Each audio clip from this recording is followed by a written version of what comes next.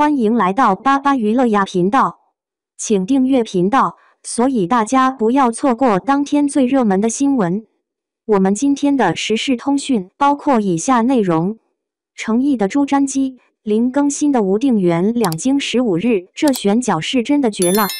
历史小说《两京15日》改成了电视剧，已经开机。还是拍过《大明王朝1566》《走向共和》《军人机密》《人间正道是沧桑》等剧的张黎担任导演，编剧是原著作者马伯庸、周萌、王迎飞、徐辉。这下真不用担心古装剧的质量了，毕竟这是他的拿手好戏。剧组已经在无锡三国水浒影视城、无锡太湖影视小镇、西文创园搭景拍摄周期120天，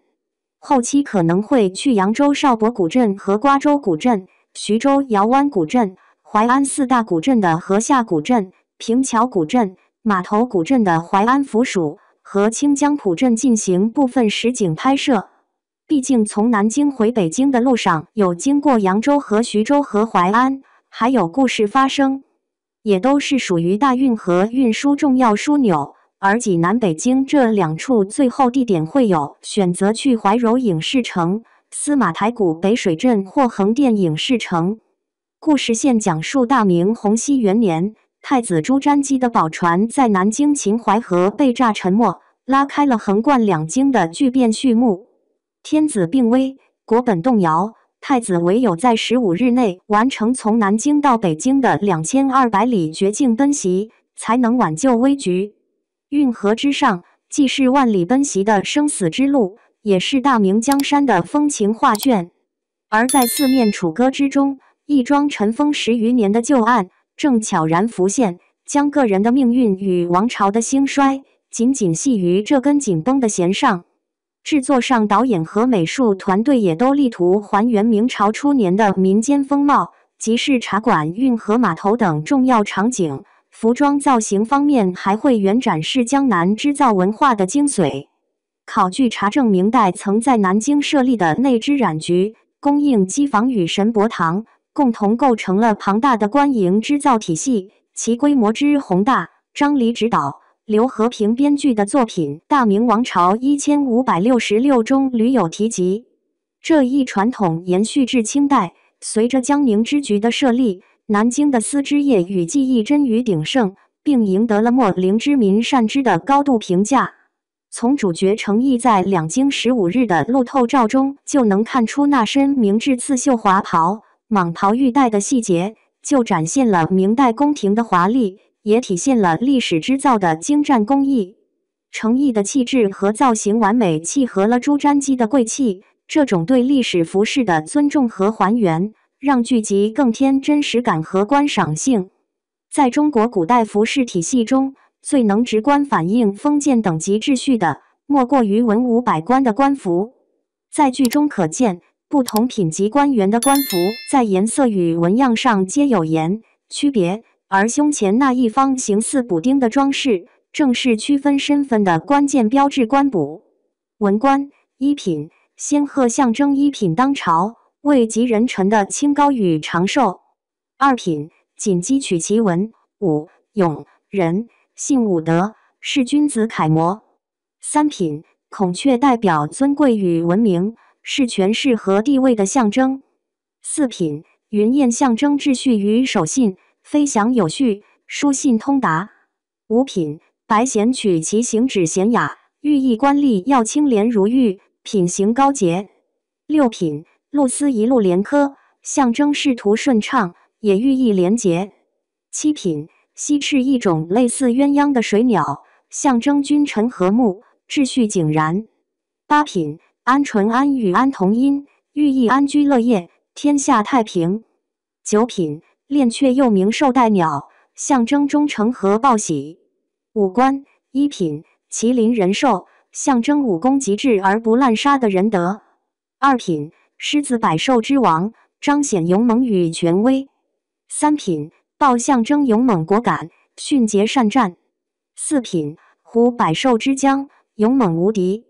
五品熊象征力量与阳刚，有勇士之意；六品标传说中比虎更凶猛的野兽，代表强悍与辅佐。7品、8品，犀牛皮甲坚厚，象征坚韧不拔。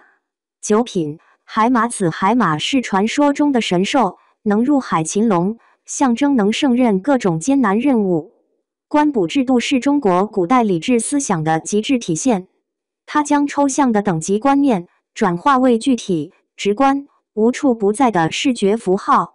一个官员无论身在何处，只要看到对方胸前的补子，就能立刻明确其品级和职权范围，从而决定自己的言行举止。这是一种极其高效的非语言沟通系统和身份识别系统，将封建社会的尊卑秩序深深地烙印在日常生活之中。明清时期精美的官补大多出自南京云锦这一织造瑰宝。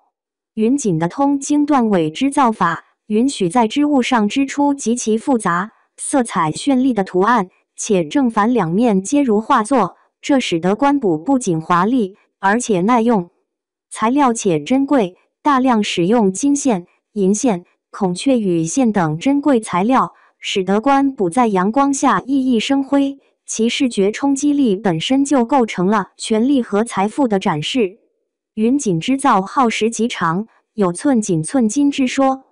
由皇家专门机构监制，确保了官补的稀缺性和正统性，非官方渠道不得仿制，否则便是重罪。除了华美的宫廷服饰，两京15日剧组在还原其他社会阶层的服装上也同样考究，其中捕快和平民百姓、商人和士兵锦衣卫就是一个很好的例子。明代的捕快属于衙役，是官府的差役人员，他们的服饰有明确的规定和特点。1、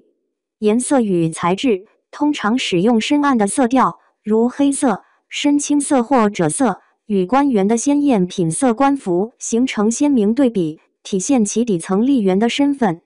材质多为棉、麻等结实耐用的布料，而非丝绸，符合其需要外出奔走、执行公务的实际需求。2、款式一般是窄袖、交领或立领的短衫或长衫，下摆会扎在腰间，方便活动。外面有时会套一件号衣，上面可能会有兵、捕或所在府县的字样。3、头饰常戴一种名为笠巾或类似的小帽，与士大夫的方巾、乌纱帽不同。明朝百姓的服饰同样是一幅刻有阶级印记的流动画卷，平民男女皆以青衣蓝衫为主调，布料多为棉麻，男子多穿直身或叶洒，戴网巾或小帽，利落便于劳作；女子则多为袄裙搭配比甲，发饰素雅。所谓经差布裙，正是寻常人家最真实的写照。在塑造底层劳动者，例如曹公时，特意在他们的粗布服装上做出了汉字斑斑的细节。这种处理方式不仅增强了视觉上的真实感，也生动地展现了底层民众劳作的艰辛与他们所处的社会地位。士兵兵种主要服装和新装备与护甲剧中均有呈现。步兵红色胖袄、战袄、裤、布面甲或罩甲，腰刀、长枪、弓弩、精锐配锁子甲，是最常见的红胖袄形象，是军队的主体。剧中追捕太子的卫所士兵、城防兵等以此造型为主。骑兵与步兵类似，但未便于骑乘，下上可能为裤装，外罩短罩甲。马刀，骑兵长矛，重型骑兵配铁扎甲，轻型骑兵配棉甲。机动性的代表，在剧中作为精锐追击部队或太子仪仗出现，其马匹的鞍具和士兵的护臂等细节会更为讲究。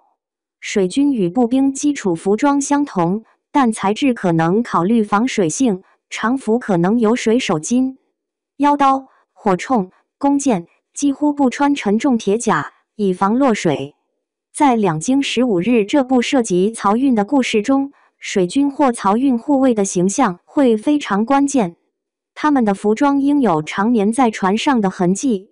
炮兵基础戎服，为方便操作火炮，服装更为紧束，袖口可能扎起。火铳，各类火炮基本不穿戴笨重甲胄，或织着轻便的布面甲。明代火器以大规模列装，在剧中，他们要负责守卫京城要的或战船，其服装的油污、火燎痕迹是体现真实感的关键细节。这些差异是构建一个真实、立体的明代军事世界的关键。通过观察士兵的服装和装备，大家就能快速判断出他们的兵种、职责乃至所属部队的精锐程度。商人形制多穿直身或道袍，形制宽松，但面料和颜色受限制。色彩与面料按规定只能使用绢、布等材质，颜色不得过于鲜艳。通过精致的马甲或暗纹来低调地彰显财力，体现社会地位。商人的服饰虽比普通百姓稍好，但与官员的锦绣华服形成鲜明对比，直观体现了明代重农抑商政策下商人富而不贵的尴尬社会地位。锦衣卫作为皇家亲军和特务机构，必然是推动剧情的关键力量。他们的形象也极具辨识度。飞鱼服、乌纱帽、绣春刀，天子护从，皇家威严，在重大礼仪场合作为皇帝的仪仗队，彰显天子威仪。飞鱼服是崇高的恩赐与身份象征。执行公务蟒服、斗牛服、青绿锦绣服、官靴、绣春刀、弓矢、枷锁、刑具等。缉捕刑讯，皇权延伸，负责侦缉、逮捕、刑讯。他们的出现直接代表了皇权的力量，令人望而生畏。实战基层校尉罩甲、铁盔、红色战袄或标准官服。绣春刀、制式腰刀、弓箭、火器。军事力量，实战单位，作为军队的一部分参与征战或护卫。服装在威严之余更注重实战功能性。锦衣卫的形象在剧中有多层次的展开。一、作为太子仪仗，当朱瞻基以太子身份出现时，身边必有身着飞鱼服或蟒服的高级锦衣卫军官作为护从，极尽华丽与威严。二、作为追捕力量，在太子遭遇危险或需要清查叛乱时，身着青绿锦绣服的锦衣卫校尉会成为主要的追捕和执行者，他们的出现往往意味着紧张与冲突。三、作为潜伏角色，锦衣卫的侦缉职能意味着他们以各种身份潜伏在市井之中，这时他们的服装则会与场景融为一体，但关键时刻亮出的绣春刀会瞬间揭示其真实身份。为了描绘出明代社会丰富的人物群像，该剧共准备了超过6000件的服装。如此庞大的基数为展现包括平民百姓在内的各色人物提供了物质基础，使得剧情呈现更加丰富。朱瞻基和吴定元的角色人选，制作人和导演都看中了程毅和林更新两位演员的相逢，是两种表演美学的对谈。他们恰似中国画中的两种极致笔法，程毅如工笔，精谨细腻；林更新似泼墨，洒脱不羁。程毅的表演善于在细微处藏纳暗涌，他无需大开大合，仅凭眉梢眼角的流转、呼吸间的凝滞，便能勾勒出朱瞻基身为储君的克制，一句与悲悯，恰似工笔画般，每一笔皆有来处。林更新则自带吴定元的风骨，他的表演松弛而有劲道，于随性中见锋芒。他让不羁的巡捕有了烟火气，又在漫不经心里藏住洞察事情的锐利，如写意挥毫，形散神俱。当程毅的工笔遇上林更新的泼墨，不仅是演技的交锋，更是两种世界观的碰撞，一边是庙堂的秩序与深算，一边是江湖的直觉与生命力。他们彼此映照，彼此成全。一出好戏，既需工笔的细致来塑魂，也离不开泼墨的气韵以传神。当两种美学在15日的生死奔袭中相融，两京15日的故事便不止于情节的精彩，更成了一场生动的表演艺术实践。其他角色人选上，吴信健饰演粉身碎骨魂不怕，要留清白在人间的于谦，江佩瑶饰演女一苏京熙，吴定元的官配，4人小分队的重要成员，耿乐饰演汉王朱高煦，王和饰演左叶和，张国强饰演吴不平，梁冠华饰演朱高炽，马少华饰演郑和，另外还有孙怡、马新瑞、孙建奇、陈良等演员饰演重要角色。王景湖、朱补花、梁兴甫、朱瞻玉、郭敏之、孔十八、佛母、靳荣、张全、周德文、阮安、朱瞻坦、吕震、杨士奇、张太后、王景书、建文帝、朱棣等角色人选会陆续有更多熟脸演员阵容出演。